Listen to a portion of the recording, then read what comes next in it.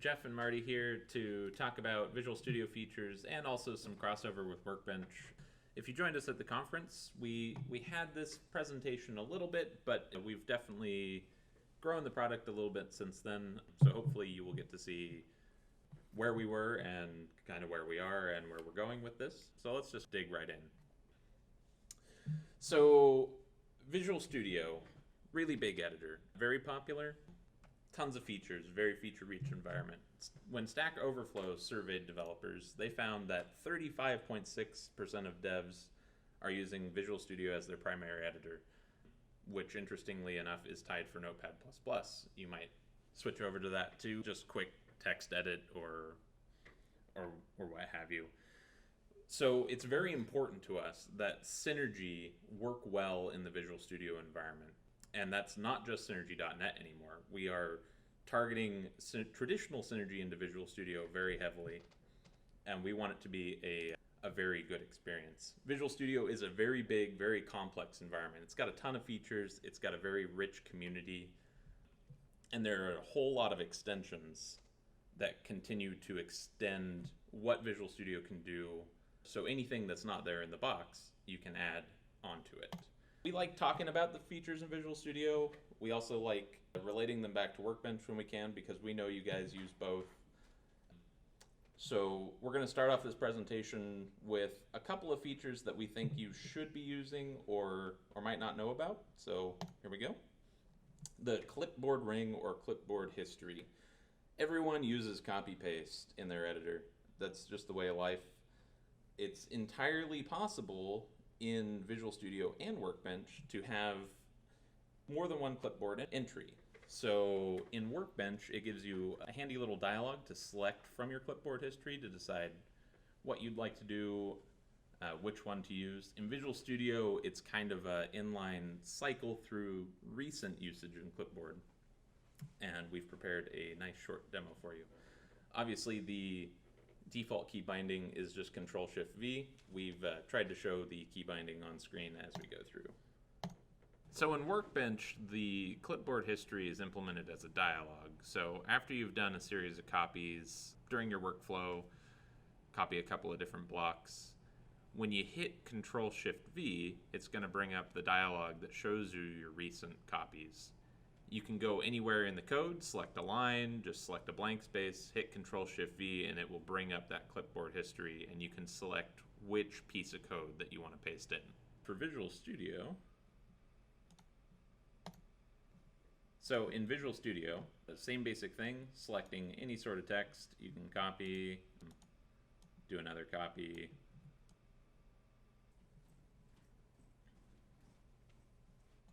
and then at any point when you hit Control-Shift-V, it will cycle through your most recent cut-paste copies. It can be very useful during your normal development cycle.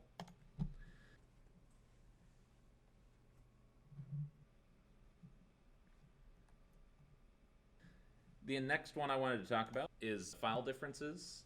In Workbench, the diff is handled by their Diffzilla engine. For many of our customers, you're probably already used to using diff in Workbench, but if you're not, we will show a demonstration. So to get to diff in Workbench, you can go from the Tools menu and select File Difference. There's a dialog that lets you configure which files or open buffers that you want to compare, and all you have to do is hit OK.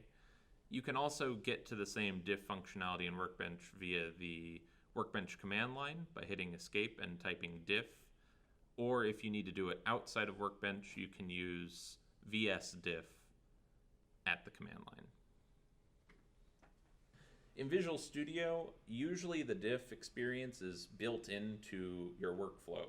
So if you're using source control in Visual Studio, it will show you when a file has differences so that you can view the differences or view the differences within the history. It is entirely possible to just arbitrarily bring up the diff tool for any two files. If you use the View menu, Other Windows, Command window, it gives you a command interface to execute Visual Studio commands. Tools.diff files is the name of the command that will get you the diff view, and you can use file 1 and file 2.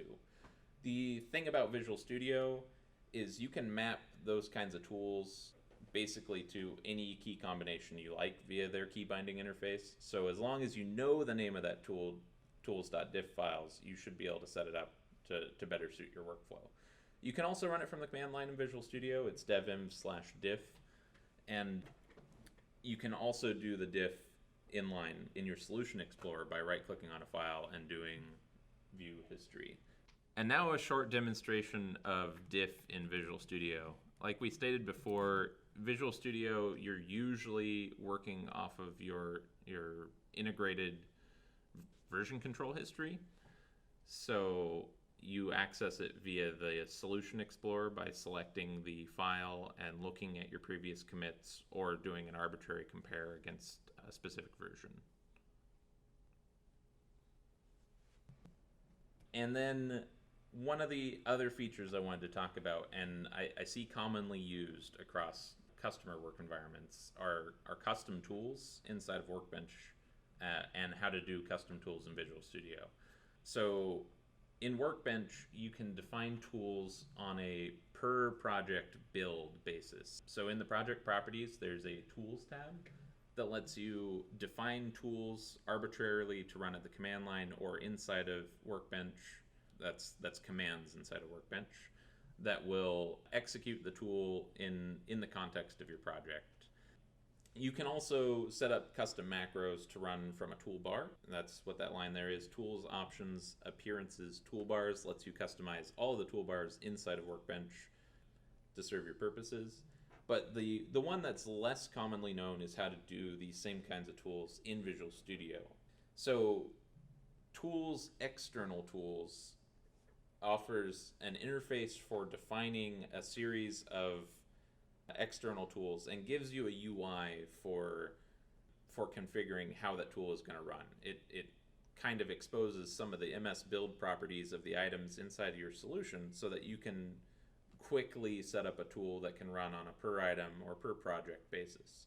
And then the same story, Tools Customize, will let you define menu entries or context menu entries to run those tools. And so we have prepared a demonstration of using custom tools in Visual Studio. They're a little less straightforward, but they are fairly powerful. So in this sample, we have a batch file that goes ahead and imports a repository schema into repository. And we want to add it as a context menu entry for schema files in our solution. So here's a sample of the import batch file. And in order to create the command for it, we're going to go to Tools, External Tools, and add a menu command. Let's give it a title that's meaningful, generate repository. And then we need to decide how we're going to execute it. We'll use command.exe since we got a batch file. For arguments, we're going to give it the name of our batch file, plus item path to represent the path of the item we currently have selected in Visual Studio. We can give it initial directory, we can give it all sorts of settings. Solution.dir is appropriate here, and we're going to use the output window. And with that done, we can see it here on the Tools menu already, but we want it as a context menu item. So we'll go to Tools, Customize, and Context Menu, and select the context menu for items inside of Visual Studio. It's under Project and Solution context menus. We're going to add the command. Our external command is under the Tools category, and it's just called External Command 5. So we'll put that in there, put its position in the context menu, and now we have it available to run just by right-clicking on our schema file.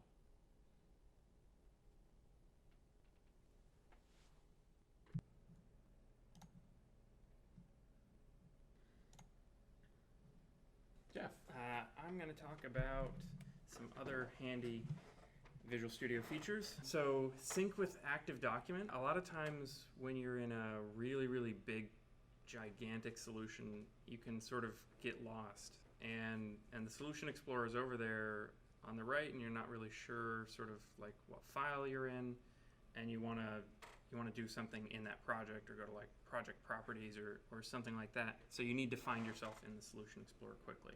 So the easiest thing to do is Control square bracket S, and it will focus you. So I should be able to demo that real quick in here. Alright, so I'm in here, and I've selected a different item than what I have over in the Solution Explorer. So if I press my handy key combo, it will bring focus over to the Solution Explorer, to the file that I currently have open in the editor.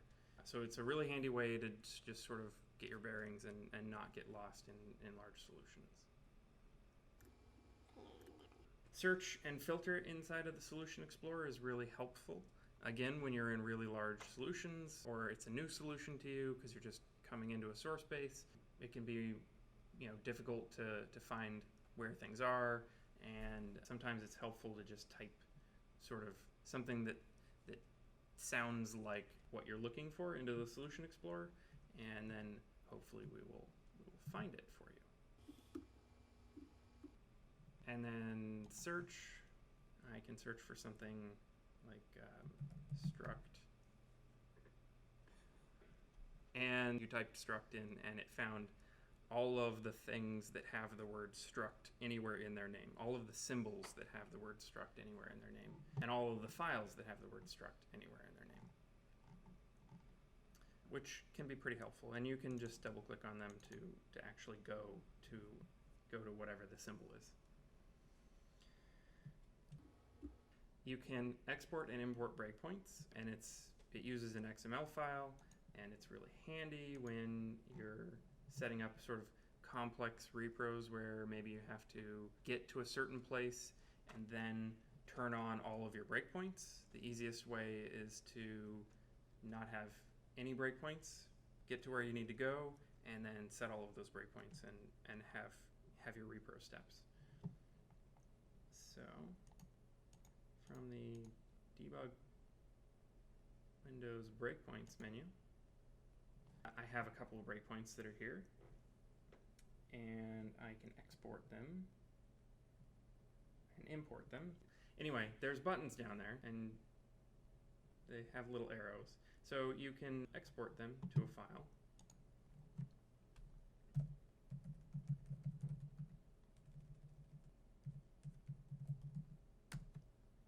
And now they're in a file, and I could get rid of these.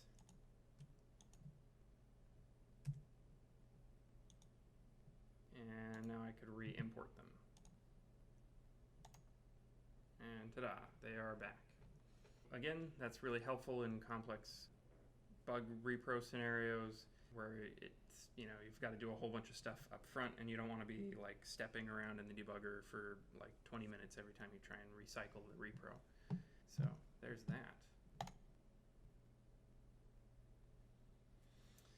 All right, some more Visual Studio features. So the most recent set of solutions that you have used inside of Visual Studio are available in the Visual Studio jump list. So if you've pinned Visual Studio into your taskbar, you can right-click on the icon and it will let you jump straight into a solution rather than having to open Visual Studio and then go find your solution and open it. It's a faster way to get to where you want to go. We also have interesting scroll bar margin colors. So when you've made changes in the editor, the scroll bar over on the right-hand side has a bunch of colors that tell you sort of interesting things that have happened at that location in the editor. So yellow is for changes, green is for stuff that's been recently saved, orange is an undone change or a search result, maroon is a breakpoint, and blue bar is your cursor location. Another handy thing for the scroll bar that I'll tell you about before I go show these things in Visual Studio is scroll bar map mode, which basically just lets you really quickly look at anywhere in your editor from the scroll bar itself. And I'm gonna go make some changes. Hopefully we'll see that. You can sort of see just a little bit of yellow there. It's a very small dot, but maybe I can make it bigger.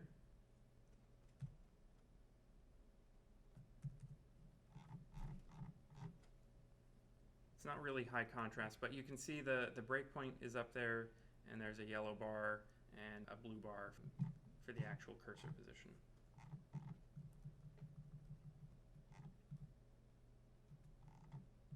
Oh, and you can see the yellow over on the left side as well. And for the scroll viewer, it's an option. It's not on by default, but we can turn it on.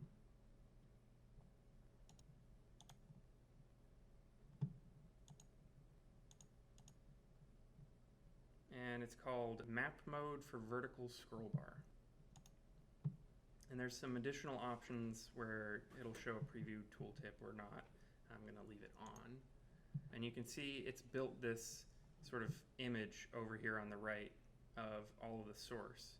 And it can sometimes be a little bit reassuring to know sort of just by, you know, the high-level glanced overview of what colors you're looking at, like what's in that area. Like if you spend a whole lot of time working in a source file, you can actually start to navigate with that. It seems a little implausible given the size of it, but it actually can be pretty helpful.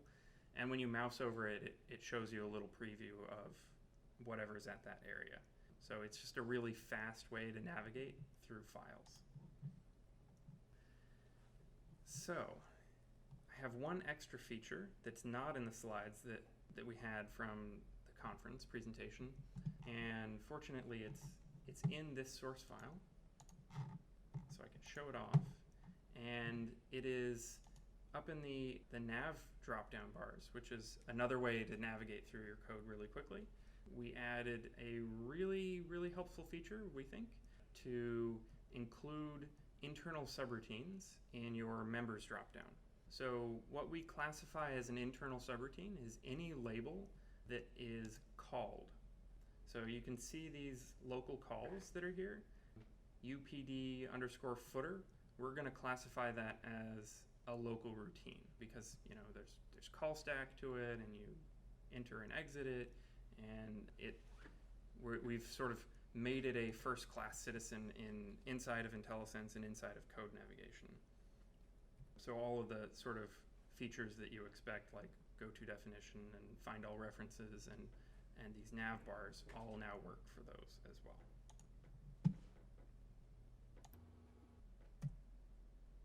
Right, so one of the really, really nice features in Visual Studio that is not really present in Workbench is whole document reformatting. So once you have gotten all your formatting options exactly the way you want them and configured inside of Visual Studio, you can just reflow an entire document from top to bottom. And there are actually some extensions that were brought to our attention by ACE that will let you run the format document on every file in your solution one at a time in an automated fashion, which can make sort of deciding on a code style and applying it to your entire code base feasible rather than totally impossible and taking a whole lot of time. So that's really nice.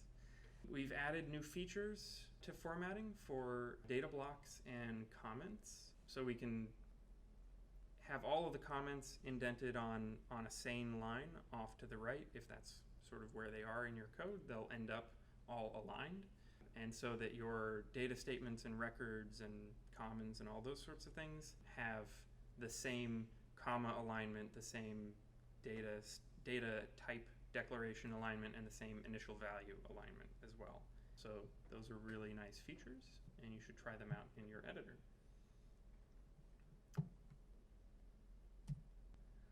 So what we're going to talk about now is the experimental, or increasingly not so experimental, debugger that we have got in Visual Studio. So the start of this was the Synergy.net debugger is awesome, and we would really like those sorts of features to also work in traditional. So that's what we did. So the features that you're expecting, the hover over, the breakpoints, call stack navigation, watch, quick watch, locals, and actually being able to visually step through your code inside of Visual Studio, those are all there.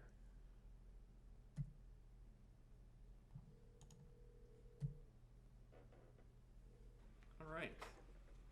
So, experimental debugger, not so experimental. We've implemented quite a few of our future features, and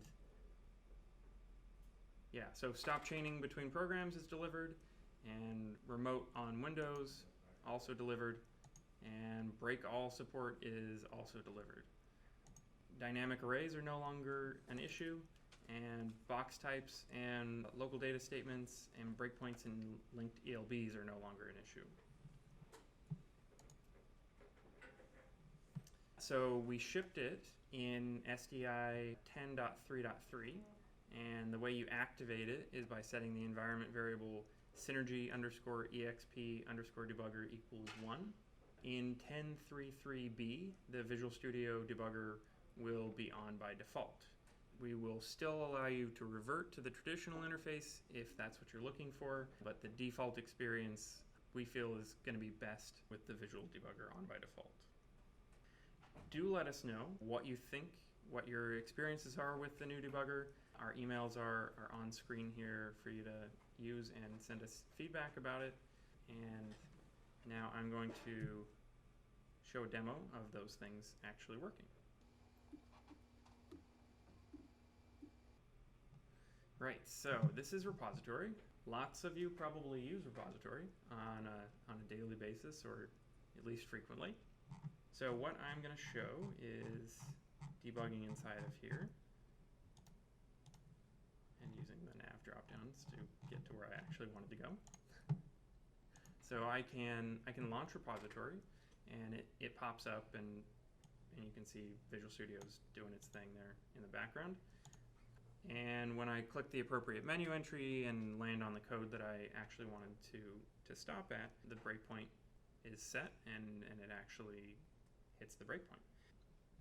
So my locals window, inside of this routine, there's not a whole lot of data that's been set up yet, because we're just sort of entering it. But you can see all of the different fields and all of the locals and that sort of thing with their values. And I can step around until I get to wherever it is that I want to go, which is pretty handy. I can mouse over things and figure out what their values are. And I can do things like step into, although that's not really a good target for it right there. I think that one is. So I can step into, rather than just sort of stepping over the call, I can step into whatever that call was, and I'll end up there. And you can see in the call stack in the lower right-hand corner of the screen, these are what the functions are that are currently in the call stack, and I can navigate between them so that I can figure out, like, how did I get here? What was the state of the world that caused me to get inside of read CTL? I can go back and I can look at the locals and hover over things in the context of that stack frame. So I can let the program run. And it's inside of basically list processing in low-level Windows or Toolkit. And if I want to, I can tell it to stop. Now, it's inside Windows code right now, so there's not Synergy that's running, so it can't break at anything that's not Synergy. But if I cause some Synergy to run, it will stop at the next piece of Synergy that runs. So what it tried to just do was break inside of Toolkit, and you can see the line numbers, and those are the line numbers for Toolkit code. We don't have the source available, just like you won't have the source available. So it'll ask for where that source is, but if you don't have it, it'll basically just sit at the call stack and show you a frame not in module window inside Visual Studio. But I can navigate to wherever I want to go, and that tells me how I got into the L select.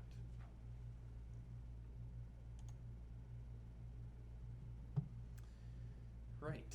Some neat features that we've also added in the debugger is the immediate window, being able to run sort of arbitrary commands in it. So I'm going to break this again. And now I can can just sort of run whatever I want to. So we have a documented list of supported expressions in this context. Doc writers are telling me that this information is in rel SDI, not in the manual, but essentially if you have one of the supported expressions, you prepend it with a bang, and then you can type things like show channels, and that will list all of the open channels just like it would in the traditional debugger. You can also do arbitrary expression evaluation inside of the immediate window. So despite the fact that I can see over in the locals window that save is of value 0, I'm going to type save anyway.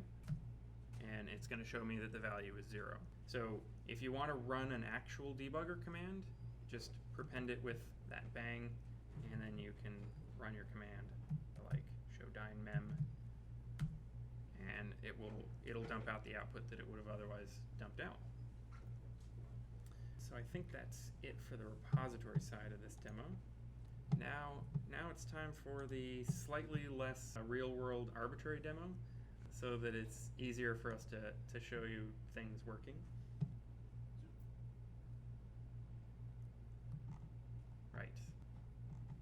What I have here is a Visual Studio project. It's a multi-mainline, so that means each one of these source files is a DBR. It's just one project, but it produces 2 separate DBRs, one for each source file.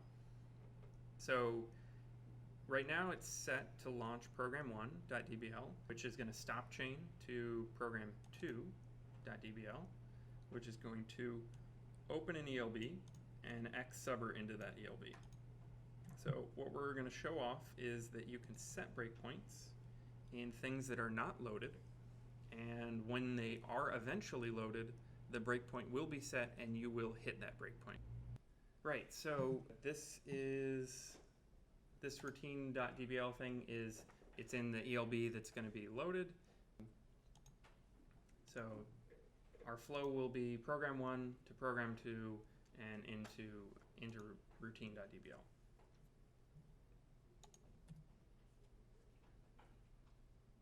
So I launch it, we end up here at the stop chain, and then when the stop chain actually occurs, even though we don't have a breakpoint here, it'll always stop, because it's sort of saying like you've transitioned from one program to another, and you probably want to stop there and do whatever you want to do with it.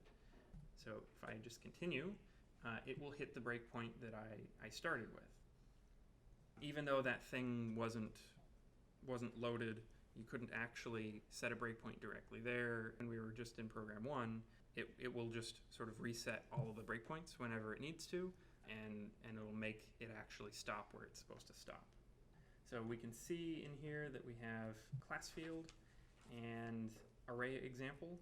These are obviously sort of very contrived, but we're just trying to show off that you can get at the actual fields of a class instance, and you can get at simple properties of a class instance. Simple properties meaning these properties that it's just got a getter and a setter with no implementation, and the compiler has a backing field and it's managed by the compiler. And also dynamic arrays are working, which is nice. You can see the values that we put in and the null, because we didn't put anything in our 4th slot there. And that is about it for my debugger demo. I have just one last bit that's pretty interesting. So a lot of you are probably looking at the Visual Studio Debugger demo and saying, that's great, but it looks like I have to have projects for everything in order to get any of this debug experience. Well, that's not actually true. You can attach to a running DBR and start debugging from there. So that's what I'm going to show now. So we actually do have this in the manual, so you don't have to remember from this video. But it's basically DBR minus DV, which turns on Visual Studio mode, and then minus RD, which is remote. And then you can pick whatever program you want to run. And now DBR is sort of waiting there in the background. I could actually close this whole solution. So I'm not actually using the project for anything. And then I can go to attach to that process and pick Synergy Telnet based from the transport. And I know that I'm on localhost. And the port is 4444. So it's basically like I had launched it with the debugger. So it's going to start me off right at the beginning of the program and let me make any changes that I want to, set any breakpoints I want, and look around and do whatever I want to deal with. And obviously stepping works and all that sort of stuff is just as helpful when you don't have a Visual Studio project. So yeah, that is actually now, that is my full set of demo for debugging inside of Visual Studio.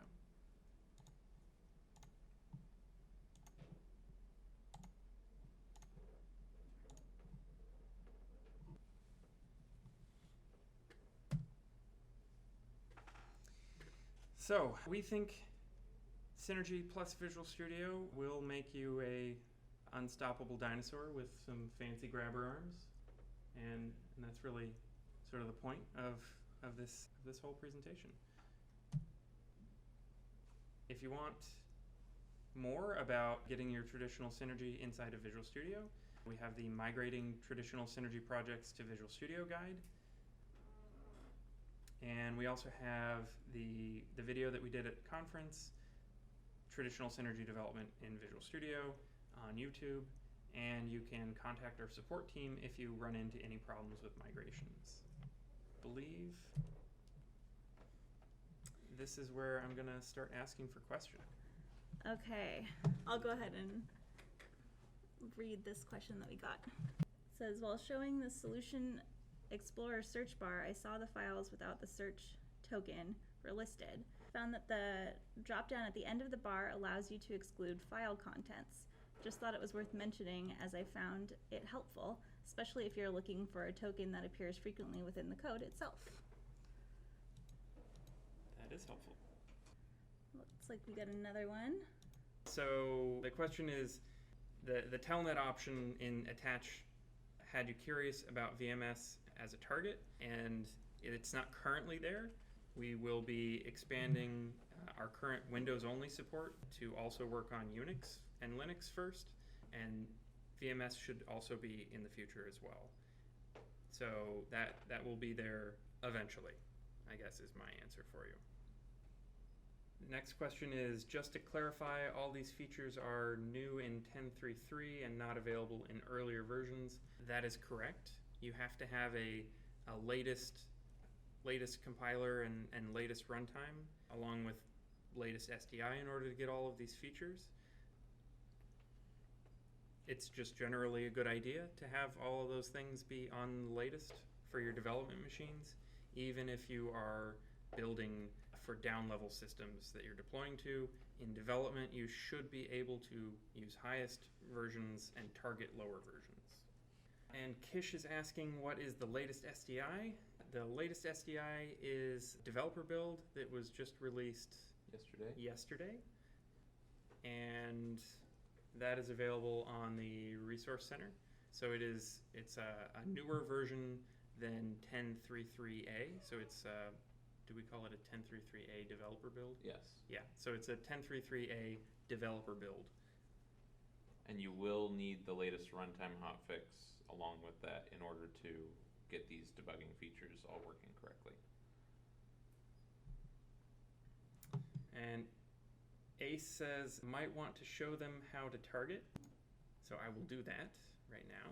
Inside of project properties for a traditional project, you can go to the build tab. And you can see there it says target Synergy runtime and IntelliSense language version.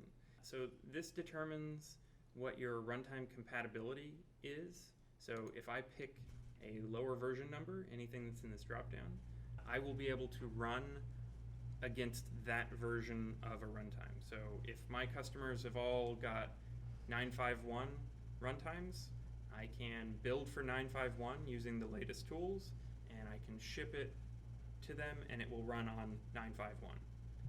And if you use features that are not available because you've targeted too low of a runtime, the compiler will basically give you errors and say, hey, that's not supported, you need a higher runtime version.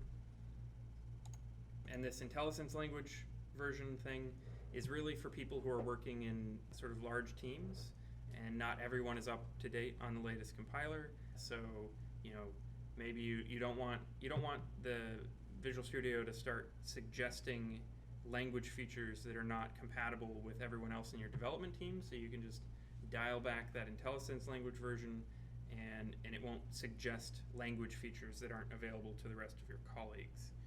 That's separate from runtime functionality that's required. This is specifically just for like language features that aren't related to runtime features.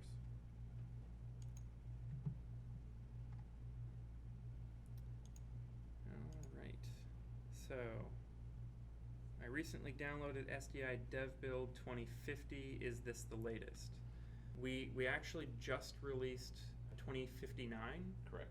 Yesterday, so the difference between those two builds, as far as you guys will be concerned, is that breakpoints are more friendly, as in they will hit cross ELBs regardless of whether when you set that breakpoint the ELB was loaded. So there are features in there that you care about in the debugger specifically. Hopefully that has answered your question. I think that's all of the questions.